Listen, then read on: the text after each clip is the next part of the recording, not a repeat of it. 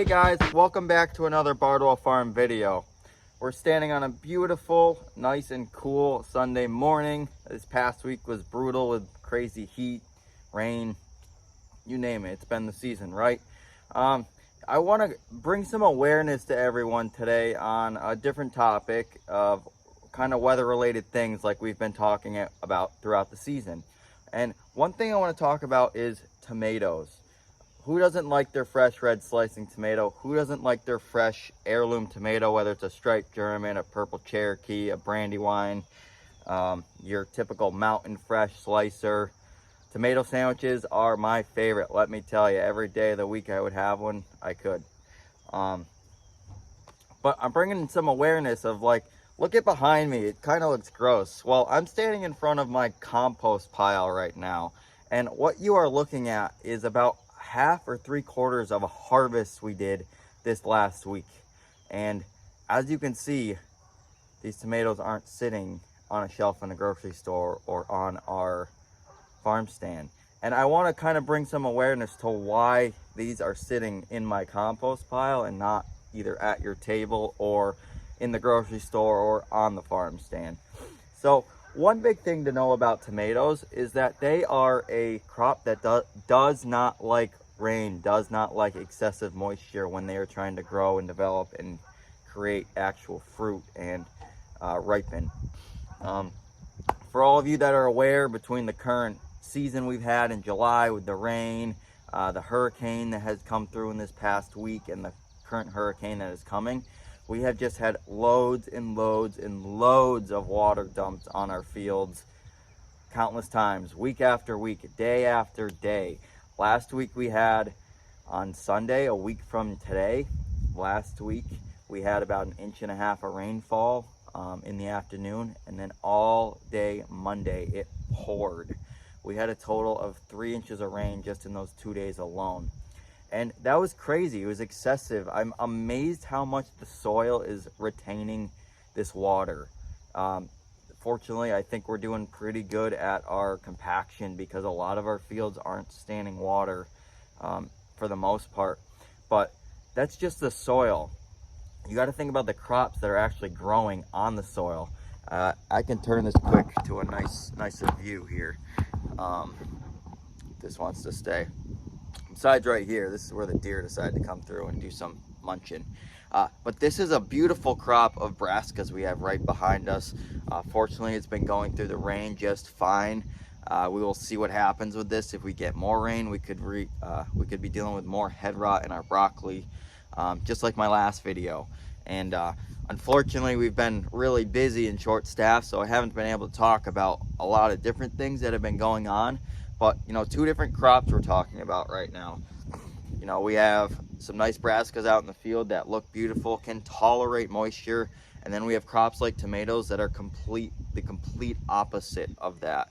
And I want to bring some awareness. I want to talk about the tomato. I want to talk about its growth cycle a little bit. And I want to talk about what we do come harvest, what we do once it gets to the pack shed, and how we kind of sort and go through that. So first off, our tomatoes are grown on black plastic. They have drip tape that goes underneath them. They get planted by transplant into the field. We usually have 2 to 3 settings of slicing tomatoes per season. We grow determinate varieties, meaning they only will produce so many fruit sets instead of like an indeterminate variety that will grow for 5 years if you can do that. So we grow hybrid slicing tomatoes, which are determinate varieties, like I just said. Very resistant, or we hope to be very resistant to disease, to weather, to moisture or drought. And it really comes down, we're learning this year, and a couple of years ago when we had that excessive rainfall too, is that crops can only tolerate so much. They are only designed to tolerate so much. And we are seeing now that these crops are just, they're past their limit. They can only give us what they're going to give us. They can only produce what they're going to give us within what we are working with. And right now in this year, we are working with way too much rain. So tomatoes growth cycle, you know, you get them in the ground, you transplant them with your fertilizer, and you just let them take off for a while. we'll see, and I can do a close-up of our next setting coming in. We have them staked, we have them stringed up, so they're, you know, just growing upwards, so we can have plenty of airflow through the plants, through the rows, in between the leaves. Tomatoes really like it drier. Same thing with the actual crop itself, the tomatoes. So once you get them up to that growth stage, as soon as they start pushing flowers and they start pushing little tomatoes about this size, we're going to hit them with some calcium, some nitrogen, to kind of blow them up a little bit and keep pushing them along. And this year has been really hard to do that. So we usually do that through our drip irrigation, where we can fluently put the fertilizer right where we need it, right into the roots. Drip irrigation, so we're putting down minimal water, or the water that we need.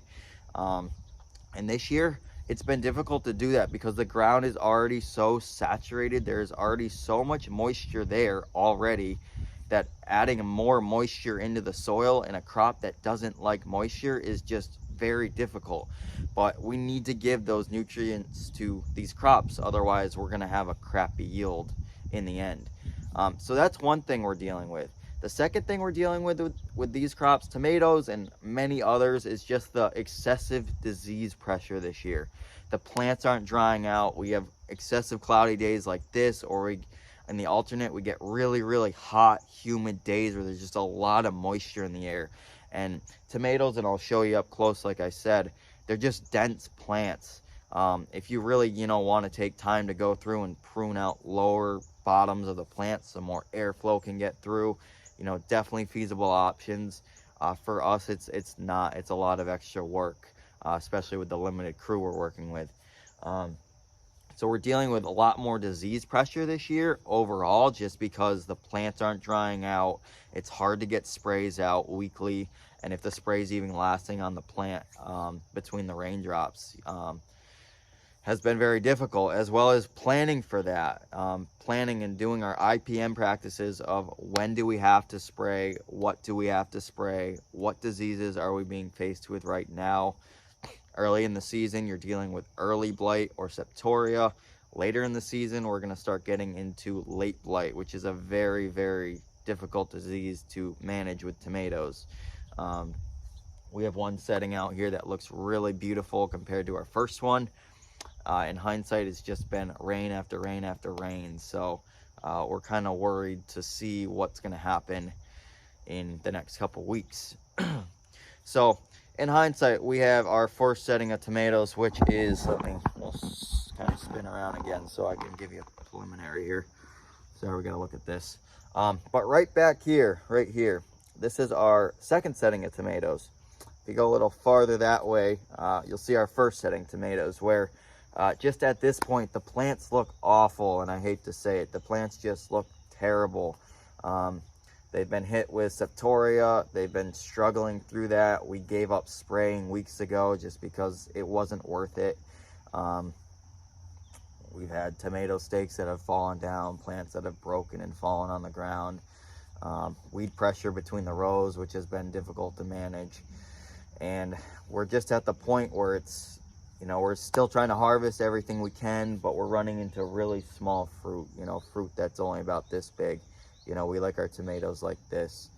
So that's been a struggle. And, right now we're in the demand where people just want tomatoes. It's tomato season, and we have to just cut orders or not put them in our CSA, or, there's not a lot on the farm stand. So that's been difficult. One anecdotal story I really want to, touch upon is that this past week we harvested a truckload of tomatoes, and I'm singing like a wagon full, probably 80 buckets of tomatoes, 5-gallon buckets. Harvested, labor to pick them, labor to get them on the truck, labor to get them in the pack house. I'm telling you, we probably left 1/8 of that crop in the field before they even hit the bucket, meaning picking the rots off, picking the bad ones off, on the ground they go. Rest went into the buckets. Then we get to our pack house, which I can give you a quick blurb after. They get to our pack house and we run them through our brusher washer. Another 1/8 of that crop was thrown out even before it went through that brusher washer. So you got about 1/4 of the crop right there that's already been gone, already labor put into, and we're getting nothing out of it, nothing. So tomatoes go through the brusher washer. We then are grading again. So we're looking for color, we're looking for blotchy ripening, we're looking for cracks, we're looking for rots, anything that might have been missed in the first stage. There, we throw out a whole nother chunk of tomatoes, unfortunately. And this is what I'm telling you, right behind me, you can see just the mass of tomatoes that are just, these have been picked one by one. They have been put through a brusher washer. They have been graded and sorted. And this is what we're still dealt with. So what this has resulted in is a whole run of tomatoes we have gone through, we have washed, we have graded, we have sorted, we have boxed up, we have put on our shelf to sell. And we are barely getting 2 days of life out of these. These all had to get thrown out 2 to 3 days later just because they weren't holding. The holding capacities are crap. And the biggest thing here is because of the excessive rain. These things are turning into water balloons. Tomatoes like it dry. You're gonna get your better flavor, your better quality of the tomato when it's dry. They like to be stressed. The plants actually like to be stressed. So with that said, with all the excessive moisture, I want to give you guys a little glimpse of what we're dealing with daily. Right here, this is actually a beautiful looking tomato. Not a lot wrong with it. The only thing is that when you start to press on it, it might be hard to see here, but see how easy that is to press into? See how soft that is? These are actually really supposed to be pretty firm, even when they're ripe.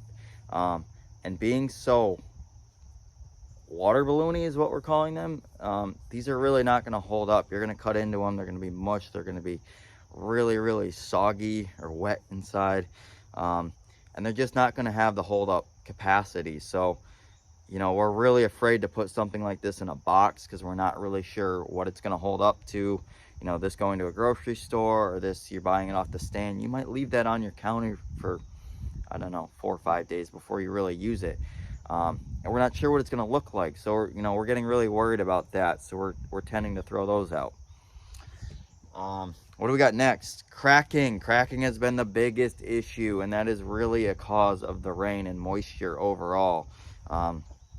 If you look right here, you'll see cracking here, radial cracking around. You usually see cracking coming out of the edges here. This is the skin being cracked from excessive moisture. They're kind of just blowing up, and they can't take their own skin. And what this does, it's like it's like a fresh wound. Think about if you cut yourself.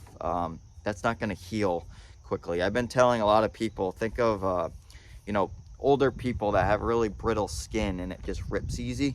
That's the same thing going on here. It's just the skin is ripping so easily, and then this is never going to heal. That is going to rot in a box if it doesn't have fresh air, if it is not eaten in the next day. And these are really hard to see out in the field, especially when you're watching through. So we're literally grading these and we're looking up and down. Each tomato we are looking up and down to see if there's something wrong with it. Awesome for a canner, awesome if you want to eat that day, but we're dealing with things that aren't being eaten that day, or we're dealing with such a massive quantity that it's going to sit on our shelf for a couple days before it hits your plate. This one's a little grosser, so if you don't like gross, you can look at it. I'm going to find you one more so you really know what we're dealing with. But right here is just a lot more cracking. You'll see right here, rotting, breaking down. And we just can't sell this to people. We can't bring this to a grocery store because we're going to get denied because the product's not quality, of course. This is all due to just the current weather condition that we're dealing with, is moisture. Let me find you something that'll gross you out, and then we'll go to something else. Everyone knows what fruit flies are, right? Well, when a tomato sits in a box for more than a couple days and the fruit flies get in and they start laying their eggs and doing their feasting, yum. That's what we're dealing with a lot of too.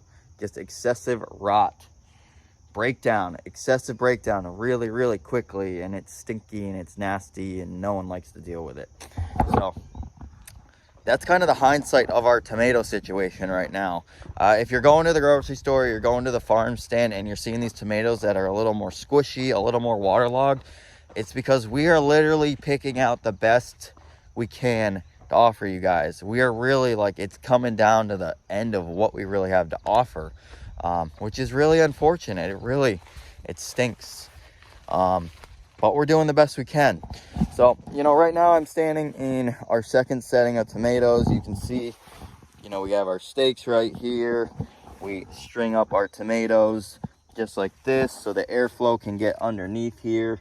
Don't mind the weeds. I should have done this video prior, but I'm coming through and I'm gonna mow in between each row to keep the weeds down so we can have airflow in between.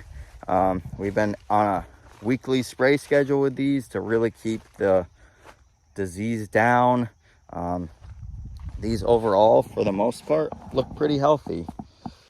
So, you know, we're out here. These are really 10 times better looking than our first setting of tomatoes. We are dealing with a little bit of disease here. That could be septoria, that could be late blight coming in. You know, we're really trying to keep on top of it. You know, we're dealing with burning from the spray because it's been so hot. You know, disease pressure sitting in here. So it's really been a struggle here. Some plants that just, you know, mutating for some reason. You know, this yellowing coming in is all subject to the weather right now. And, you know, we're really worried. We don't know what this fruit's gonna be like, what kind of yields we're gonna get out of this, even with the excessive rain we've been getting, excuse me. So that's that. The crop looks nice right now. We'll see what it looks like afterwards, and hopefully we don't have any more rain coming. So, you know, in conclusion, I really just want to say and throw it out there that, you know, I'm not here to complain. I'm not here to, you know, cry about what this current situation is. I'm really here to bring awareness to those folks that really just don't see this on a daily basis, might not understand it, and give you an idea of what I deal with on a daily basis, dealing with the weather and how that will affect you as the consumer down the line. And in the long run, it's really hurting me because I'm losing profits, I'm losing money, I'm losing yield. At the same time, you're losing the ability to buy a nice box of canning tomatoes or have a nice, you know, quality tomato that we're used to. And really not much else to blame. We've done all the right practices we can to grow the crops we are trying to produce. So it's really, my grandfather always said, you're at the mercy of Mother Nature, and at this point in the season, Mother Nature is starting to win. But we haven't given up the fight. We are still trying, and we are going to make it happen all the way till November, whether we have broccoli to pick or we still have tomatoes to pick, or you name it. We're going to get something to your plate. So don't you worry. If you have any other questions about any of the other crops, everything's kind of been dealing with its own issues here and there. If there's something else you want to hear about crop wise, I'd love to do a video on that and kind of give you a different perspective on something else. It's been one of those years. There's something we could talk about with everything. At this point, we're really just trying to get through with it so we can finish the season and start fresh next year. So thanks for watching, guys. I know this video is a little lengthy. If you have any questions or comments, please leave them down below. Please subscribe to our channel if you haven't. We're going to be doing more videos. And please go like us on Facebook, Instagram, and Twitter. Have a great Sunday. See you later.